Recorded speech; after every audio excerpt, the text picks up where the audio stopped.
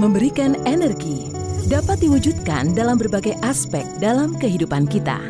Melaju cepat, dinamis, dan relevan sesuai dengan perkembangan zaman.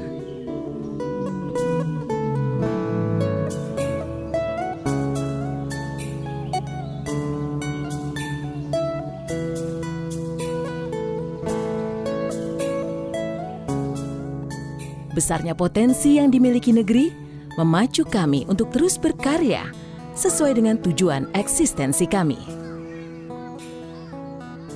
Memberikan energi untuk masa depan Indonesia yang berkelanjutan. Hai guys, kembali lagi bersama kami di Ngopi, Ngobrol Pintar Investasi bersama CGS CIMB Sekuritas Indonesia. Saya Kevin Jido Huta Barat yang pada kali ini akan berbicara terhadap salah satu emiten yaitu PT Indika Energi Tbk. Nah, di sebelah kiri saya ada Bapak Ricardo Silayan selaku dari Head of Investor Relations PT Indika Energi Tbk. Nah, kita langsung aja untuk berbincang-bincang ya. Halo Pak, selamat siang. Siang, Pak Kevin, senang rasanya bisa join di event ini bersama CGS CIMB. Di kesempatan ini, I will be very happy to share our company. Oke, thank you Pak. Nah Pak, kita mungkin akan sedikit membahas ya tentang PT Indika Energi. Nah, kalau secara keseluruhan sebenarnya PT Indika Energi ini bergerak di bisnis apa sih Pak?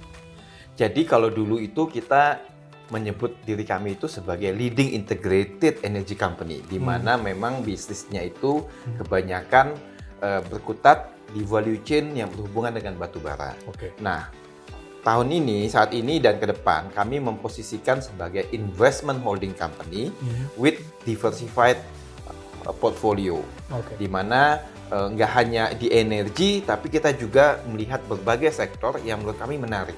Nah, sektor-sektor ini yang nanti memang akan kita diskusikan ya, dan itu menurut kami memberikan pertumbuhan yang akan lebih baik, lebih tinggi maupun secara ESG, prinsip sustainability itu sesuai dengan visi, misi, dan strategi kami. Oke Pak. Nah Pak, kalau kita berbicara tentang energi juga kan, memang kan belakangan ini kan geopolitik terus berlanjut nih Pak ya. Dan tentunya kalau kita perhatikan beberapa negara Eropa kan sekarang mencari dalam tanda kutip energi di batu bara karena untuk pembangkit listriknya. Nah, dari hal tersebut apakah Indika Energi mendapat permintaan dari Eropa tersebut Pak? Memang kalau inquiries banyak sekali, terutama sejak terjadinya krisis energi di Eropa yang berkaitan dengan geopolitik. Nah, untuk Indika sendiri yang berkaitan dengan batu bara, kami itu punya dua tambang utama.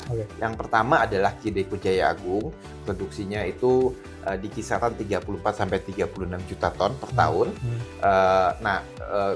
Dari sisi kualitas coal quality, kalau reservoir value-nya itu range-nya 4.200 sampai 4.900. Nah, memang kalau yang itu target market-nya cenderung di Asia.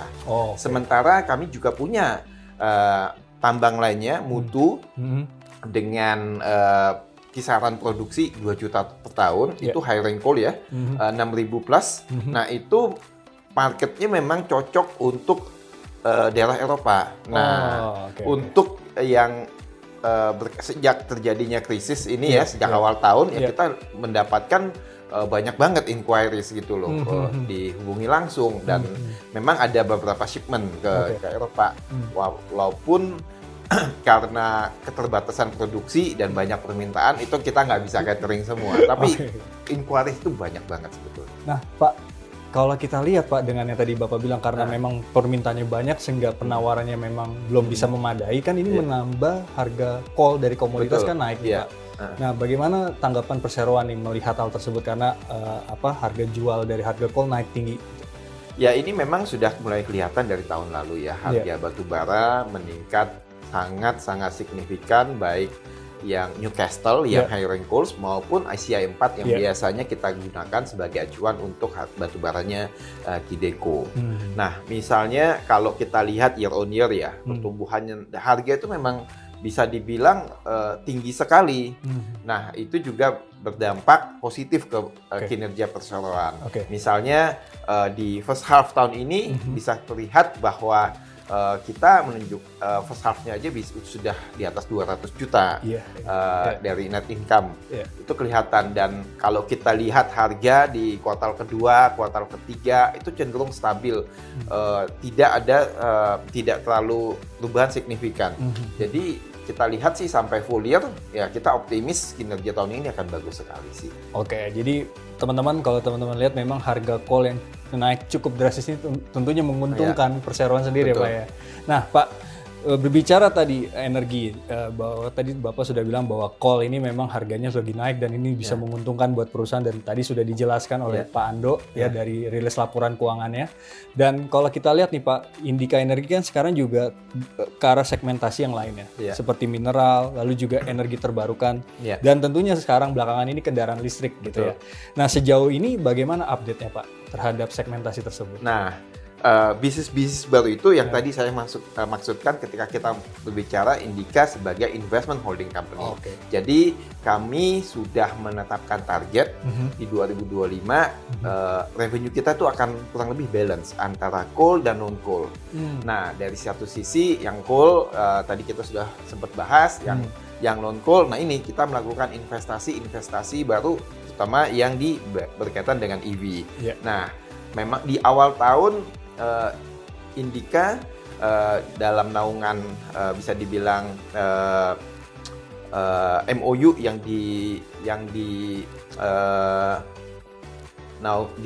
diarahkan oleh Kementerian BKPM itu kita menjalin kerjasama dengan 3 pihak yang lainnya, yaitu Indonesia Battery Corporation, kemudian ada Gogoro, ada Foxconn. Nah, tujuannya memang bersama-sama ingin mengembangkan ekosistem untuk EV, electric vehicles, mulai dari upstream, kemudian manufacturingnya maupun downstream yang sifatnya supporting industry. Nah, kita memang sifatnya sangat selektif di sektor mana yang kita akan masuk sesuai dengan kemampuan kami. Kemudian kita lihat juga potensinya seperti apa. Nah, kelanjutan dari situ adalah misalnya ketika 2 minggu yang lalu kami sudah menandatangani MOU dengan Foxconn untuk mengembangkan electric bus maupun manufacturing batteries. Nah, itu adalah kelanjutan dari signing yang kita lakukan di awal tahun.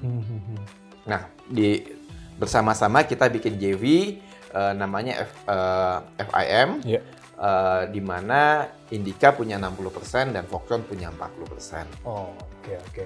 Nah, berkaca dari yang tadi Bapak bilang bahwa Indi sudah bekerja sama dengan IBC, Foxconn, dan Gogoro. Kemungkinan kedepannya apakah masih ada ruang untuk bekerja sama dengan perusahaan lain, Pak? Tentu saja bahwa kita sebagai perusahaan, sebagai grup itu selalu mencari opportunity, terutama di sektor-sektor yang menurut kita menarik dan berkaitan dengan tadi green business, electric vehicles, kemudian minerals ataupun yang lain. Jadi apakah kemungkinan ada lagi? Ya pasti akan selalu kita ingin selalu tumbuh dan selalu ingin berkembang.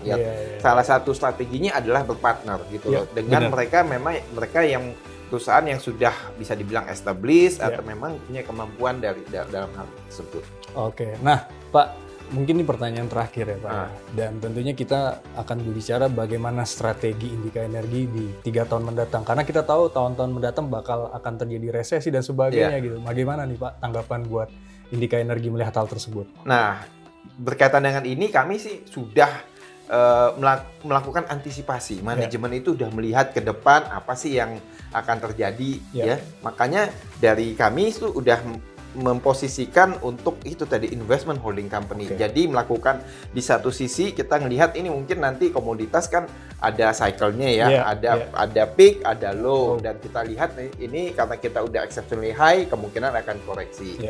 Dan sebelumnya kita itu kan sangat tergantung dengan single commodity batubara. Makanya kita melakukan investasi yang di non coal. Yang sifatnya satu bisnis-bisnis baru ini diharapkan bisa memitigasi volatilitas dari coal. Yang kedua, kita pengen bisnis yang baru ini tumbuhnya signifikan gitu lah, bisa mensupport perekonomian Indonesia juga, riding through di our economic growth. Kemudian yang ketiga, bisnis ini secara ESG sesuai dengan prinsip sustainability. Jadi kita pengen bisnis kita ini ramah lingkungan. Nah itu. Benar. Jadi yang kita lakukan, kita sudah melakukan identifikasi dan investasi gitu kan. Kita udah lihat sektor-sektor mana sih yang menarik. Kita udah untuk misalnya ya sektor yang bisa memberikan recurring income ya. Kita masuk ke logistik dan infrastruktur. Kita bikin yang namanya Interport yang mempunyai fuel storage tank, tangki terminal untuk BBM. Itu kita punya 100.000 kiloliter kapasitas lokasi di Kalimantan. Maupun kita terlibat dalam konsorsium di Patim Bangkot, itu yang di logistik. Kemudian di minerals kita masuk ke tambang emas. Nah, tambang emas ini potensial sekali, di mana tahun depan rencana kita mulai melakukan konstruksi. Di tahun 2025 diharapkan sudah mulai berproduksi dengan kapasitas average-nya itu 100.000 ons per tahun. Dan kandungan emasnya juga cukup baik, 1,33 gram yang kayaknya agak lebih bagus daripada peers kita yang ada saat ini. Nah, itu. Kemudian yang paling menarik yang kita sebut green business. Jadi di green business itu kita masuk sektor termasuk tadi electric vehicles yang memang dia sesuai dengan rencana pemerintah. Itu pengen jadi net zero country net zero carbon, kemudian sudah ada roadmap untuk mengurangi ketergantungan fossil based energy, baik untuk kendaraan maupun power generation. Nah, EV itu akan mengadres isu yang tadi untuk di transportasi yang diharapkan juga nanti dari sisi lingkungan jadi lebih baik, kemudian kalau dari sisi ekonomi mengurangi ketergantungan negara terhadap import BBM. Kan kita udah net import ya, itu satu. Kemudian yang untuk power generation, kita masuk ke renewable energy, yaitu solar PV melalui partnership dengan Emits ya. Kita rencananya membangun 500 megawatt solar panel di seluruh Indonesia. Target pertamanya memang komersial industrial, tapi kedepannya kita juga akan lihat yang on-grid, off-grid maupun ya bekerjasama dengan PLN. Selain itu kita juga masuk ke namanya bisnis di agroforestry, agroforestry maupun carbon offset melalui Indica Natures. Yang saat ini kami menanam kaliandra ya, yang nanti bisa digunakan untuk produksi wood pellet. Ini memang saat kedepannya menurut kami menjanjikan sekali. Baik akan digunakan sebagai co-firing baik di luar negeri maupun di Indonesia. Gitu, Pak. Thank you Pak. Nah, tentunya teman-teman tadi sudah diungkapkan oleh Pak Ando bahwa Indica Energi biasanya di kalangan pelaku pasar itu pikirannya batu bara Pak. Dan tadi udah dikatakan bahwa investment holding company sekarangnya, jadi udah ke mana-mana ya, tadi udah ada Kemas, lalu juga ada EBT juga, energi terbarukan dan sebagainya, dan listrik juga gitu ya. Thank you banget buat informasinya nih Pak Ando bagi teman-teman juga di CGS CIMB Sekuritas Indonesia, khususnya nasabah ya yang mantau nih saham-saham Indica Energi. Terima kasih Kevin. Sukses selalu untuk CGS CIMB juga. Sama-sama Pak. Sama-sama. Nah guys, gimana obrolan kita? Seru nggak? Jadi jangan lupa teman-teman untuk like, komen, dan subscribe YouTube channel dari CGS CIMB Sekuritas Indonesia. Sampai jumpa pada Ngopi, Ngobrol Pintar Investasi bersama CGS CIMB Sekuritas mendatang. Mari Pak, semangat investasi!